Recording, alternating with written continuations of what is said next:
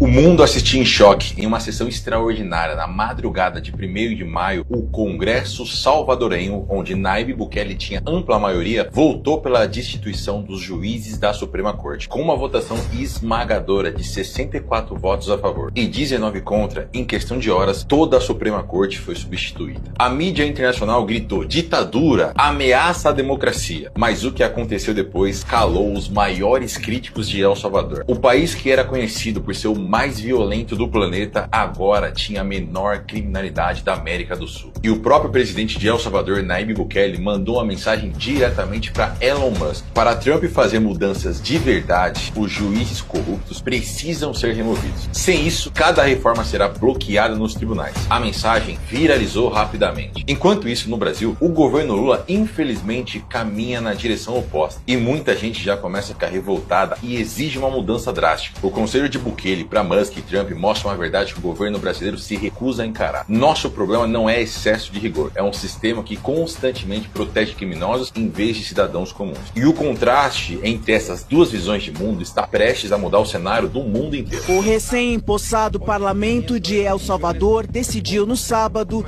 por 64 votos a favor, 19 votos contra e uma abstenção pela deposição dos 5 juízes da Câmara Constitucional do Supremo Tribunal de Justiça sob a alegação de que eles violaram a Constituição contra as medidas que o presidente Nayib Bukele tentou implantar no país durante a pandemia. Em 2015, El Salvador era extremamente perigoso, com a maior taxa de homicídios do planeta. O país estava completamente controlado pelo crime organizado. A gangue MS-13 e Barro 18 controlavam a maior parte do território nacional. Crianças eram recrutadas à força, comerciantes pagavam impostos para gangues e qualquer resistência resultava em execução. Famílias se trancavam em casa assim que o sol se punha. Quem precisava sair à noite arriscava a vida. Os salvadorenhos viviam em um estado de medo constante. Nayib Bukele assumiu o governo com uma promessa prática: vamos acabar de maneira brutal com essa situação. Ele iniciou com operações policiais intensas, investimentos em equipamentos e aumento do efetivo policial. Mas logo descobriu que o seu maior obstáculo não eram as gangues, eram os juízes que os protegiam. Cada operação policial terminava seguindo o mesmo roteiro frustrante. Criminosos perigosos, muitos com dezenas de homicídios comprovados, eram presos pela manhã e soltos à tarde. Muitas vezes por questionáveis irregularidades processuais ou falta de provas. Documentos secretos foram revelados mostrando que juízes recebiam propinas do crime organizado para liberar os chefes do tráfico. A polícia estava completamente desmoralizada. Um policial salvadorenho relatou: arriscamos nossas vidas para prender esses assassinos e os vemos na rua no dia seguinte rindo de nós. Essa situação parece familiar para qualquer policial brasileiro, não é mesmo? Bukele chegou a um ponto crítico. Havia tentado todos os caminhos tradicionais sem sucesso. Em 1º de maio de 2021, com o apoio de 67% do parlamento, tomou a decisão mais ousada da sua gestão. Removeu todos os juízes da Suprema Corte e substituiu com magistrados que estavam comprometidos com a segurança da população. Os novos juízes aplicavam exatamente as mesmas leis, só que sem utilizar interpretações criativas que beneficiavam os criminosos. Você quer saber o resultado? A polícia de El Salvador prendeu 72 mil pessoas em 18 meses. E dessa vez, meu amigo, eles permaneceram presos. Hoje, El Salvador testemunha uma transformação que muita gente considerava impossível. A taxa de homicídio caiu 98%.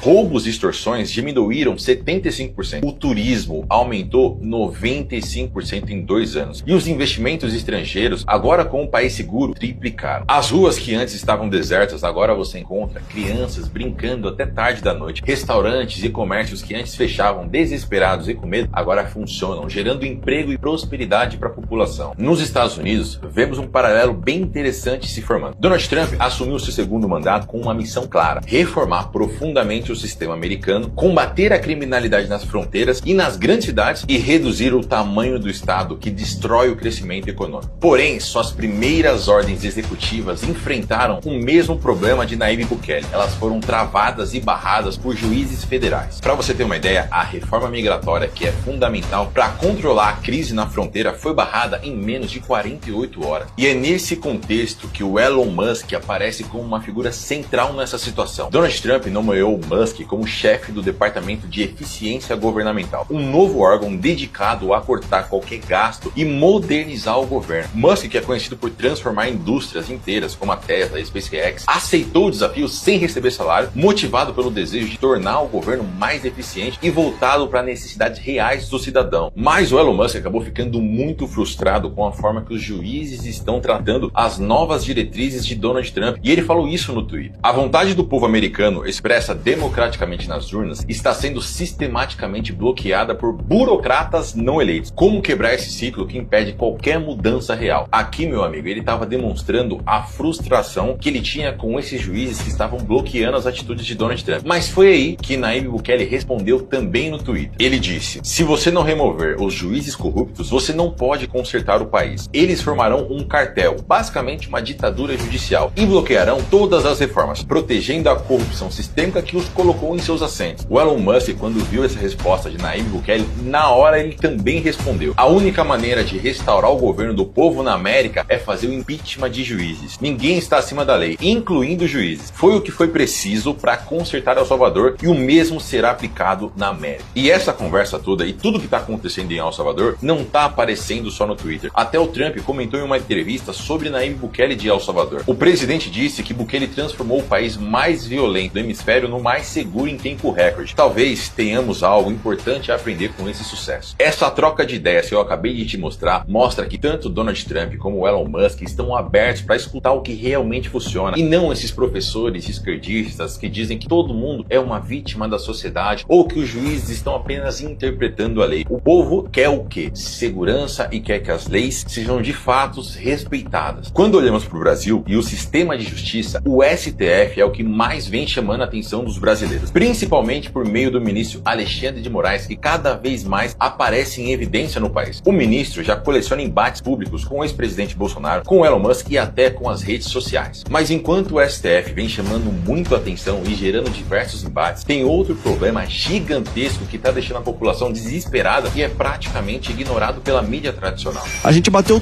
todos os recordes da história de número de prisões. Foram mais de 208 mil criminosos presos. Só que para cada 5 indivíduos presos no Brasil, 1 está efetivamente preso no sistema prisional, 3 estão condenados, mas em liberdade, ou procurados pela justiça, ou conseguiram algum benefício, e um outro indivíduo sequer foi condenado, foi absolvido pela justiça. Batemos recorde histórico de prisões em 2023 e em 2024, mas a maioria deles está de volta às ruas em menos de 30 dias. E o pior, muitos homicídios são cometidos por pessoas que já prendemos pelo menos 3 vezes. Como o povo brasileiro vai ter segurança se a polícia prende, mas a justiça acaba soltando em pouquíssimo tempo? A gente não tem dificuldade em prender quadrilhas, em prender criminosos. A gente tem dificuldade com a reincidência criminal.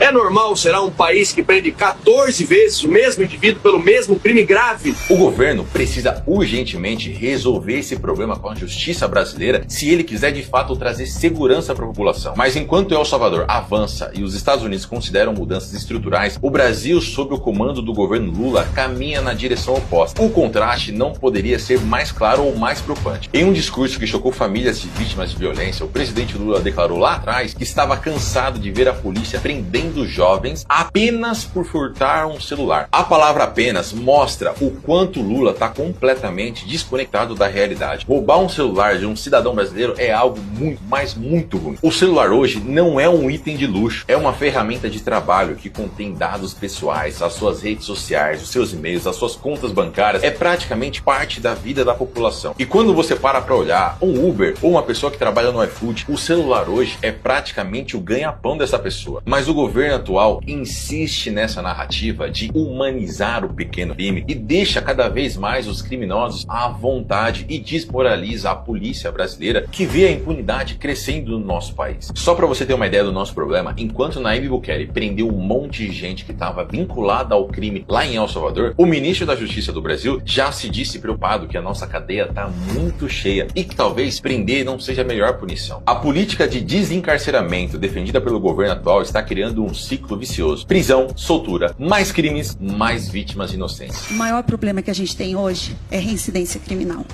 Todos os bandidos, né, nos seus 99%, quando a gente faz a prisão, já tem passagem criminal. Aí vocês prendem e mandam soltar. Exatamente. O que a gente está vendo aqui é um confronto direto entre duas visões de mundo. Uma baseada em resultados concretos que levaram El Salvador a ser um país extremamente seguro. E uma outra visão que é baseada em ideologia, que defende a vítima, que problematiza a sociedade, mas não culpa o verdadeiro criminoso, e isso nunca funcionou em lugar nenhum. Bukele foi criticado internacionalmente por suas medidas, mas quando questionado sobre essas críticas, respondeu com uma pergunta simples. Eles me chamam de ditador, mas meu povo está seguro pela primeira vez em décadas. O que você escolheria? Ser chamado de ditador ou trazer segurança para sua população? E aí, meus amigos, é essa pergunta que a gente tem que fazer aqui no Brasil. Até quando a gente vai sacrificar a vida da população de bem, que trabalha, que estuda, que luta para crescer na vida, em troca de proteger criminosos que não estão nem aí para nossas leis? Mais uma vez, comparem os números. El Salvador reduziu sua taxa de homicídio em 98%, enquanto o Brasil permanece como um dos países com o maior número de homicídios do planeta. Em São Paulo, apenas 8% dos homicídios são solucionados. O resto, meus amigos, é muito difícil você saber quem foi que cometeu o homicídio. No Brasil, a maioria dos presos são reincidentes. O sistema claramente não consegue reabilitar. El Salvador tinha presídios superlotados, controlado pelo crime organizado. E hoje tem o sistema prisional mais eficiente da América Latina. A experiência de El Salvador demonstra uma verdade que o governo Lula não quer ver. O problema não é a falta de dinheiro, não é a falta de cadeia, nem a falta de policiais. O problema está no sistema judicial que muitas vezes facilita a vida do criminoso e coloca a vida da população em risco. E o conselho que o Nayib Bukele deu para o Elon Musk implementar no governo Trump deixa muito claro que se você quiser de fato proteger a sua população, você precisa brigar com quem está travando essa evolução. E se você acha que tudo isso é só conversa, presta atenção. O Nayib Bukele já tinha dito para Donald Trump que El Salvador aceitaria presos que não são salvadorenhos de outros países na prisão de El Salvador, que é considerada a pior do planeta. Trump achou bem interessante, só que quando ele disse que faria isso com presos nos Estados Unidos, a justiça na hora barrou. Sabe o que o Trump fez? Ele mandou os presos venezuelanos mesmo assim, ignorando a ordem da justiça. Então, quando Nayib Bukele fala que Trump tem que bater de frente com os juízes, Trump mostra que começou a ouvir esse conselho de Nayib Bukele. Sabendo de tudo isso, o Brasil precisa fazer uma escolha. E quando eu falo Brasil, eu não estou falando só do governo Lula, porque sinceramente é muito difícil você esperar que o governo Lula trate a segurança pública como algo extremamente importante. Eu estou falando de você, brasileiro, porque se no ano que vem, quando a gente vai escolher um novo presidente, você votar numa pessoa que diz que está preocupado que alguém está sendo preso porque furtou o celular ou que quer humanizar o crime, desculpa, mas você merece a insegurança desse país. Não dá mais pra gente aceitar insegurança como algo normal. Hoje, onde eu moro em São Paulo, eu tenho medo de sair na rua, de fato. Eu tenho medo e eu vejo toda hora alguém sendo assaltado, porque não existe segurança de fato. E a pessoa que tá assaltando já foi presa 1, 2, 3, 20 vezes e volta pra rua. O que você prefere? Algo como El Salvador, onde o preso, quando é preso, ele não sai mais. Principalmente quando o crime é bem pesado. O cara que cometeu um crime pesado, ele vai dar adeus pra vida com a sociedade. O cara que cometeu um pequeno crime, um crime que o Lula quer humanizar, esse cara também vai se lascar, porque lá em El Salvador, além de ser preso, o cara começa a trabalhar. Por que ele trabalha? Porque Nayib Bukele deixa claro que lá o povo não vai ficar pagando pra preso ficar comendo e fazendo festa dentro da cadeia. Muito pelo contrário, o preso tem que pagar pelos custos que ele gerou na sociedade, os prejuízos por ter aterrorizado a população e vai pagar também pela comida que ele tá comendo na cadeia. Mesmo que El Salvador seja um país pequeno, vamos comparar. Você tem o Brasil, que tem uma situação péssima, e você tem o pequeno El Salvador, que mudou praticamente o futuro de toda uma população. E agora isso está sendo aberto para o mundo inteiro. Entenda, Donald Trump, que hoje comanda a maior economia do planeta, viu aquilo como algo positivo e pretende implementar muitas coisas que aconteceram em El Salvador para melhorar a segurança dos americanos. Por que o Brasil não pode aprender com isso? Por que o Brasil não pode começar a olhar para os direitos humanos das pessoas humanas e não direitos humanos para pessoas que cometem crimes não humanos? Essas pessoas precisam pagar. E não é pagar com a saidinha, pouco tempo na cadeia, é pagar de fato. A população tem que ter segurança e o criminoso tem que ter medo de cometer o crime. Tem que entender que a punição não é aquela de ficar 30 dias presos e voltar na rua. E sim que uma vez que ele é pego cometendo um crime, ele vai pagar pro resto da vida dele. Mas me conta você, dá pra fazer alguma coisa semelhante aqui no Brasil? Deixa nos comentários o que você faria para aumentar a segurança brasileira. O que você mudaria no nosso sistema judicial para que a gente pudesse se sentir seguro no nosso país. E lembra que se você gosta de conteúdos como esse, lembra de se inscrever nesse canal, deixar um like para você avisar o algoritmo que você quer mais conteúdo.